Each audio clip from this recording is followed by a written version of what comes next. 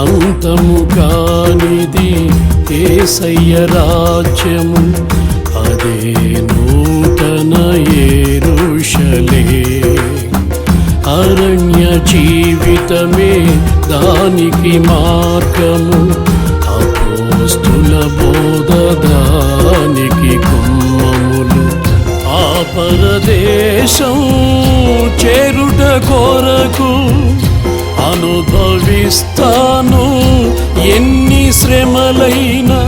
ఆ పరదేశం చేరుట కొరకు అనుభవిస్తాను ఎన్ని శ్రమలైనా.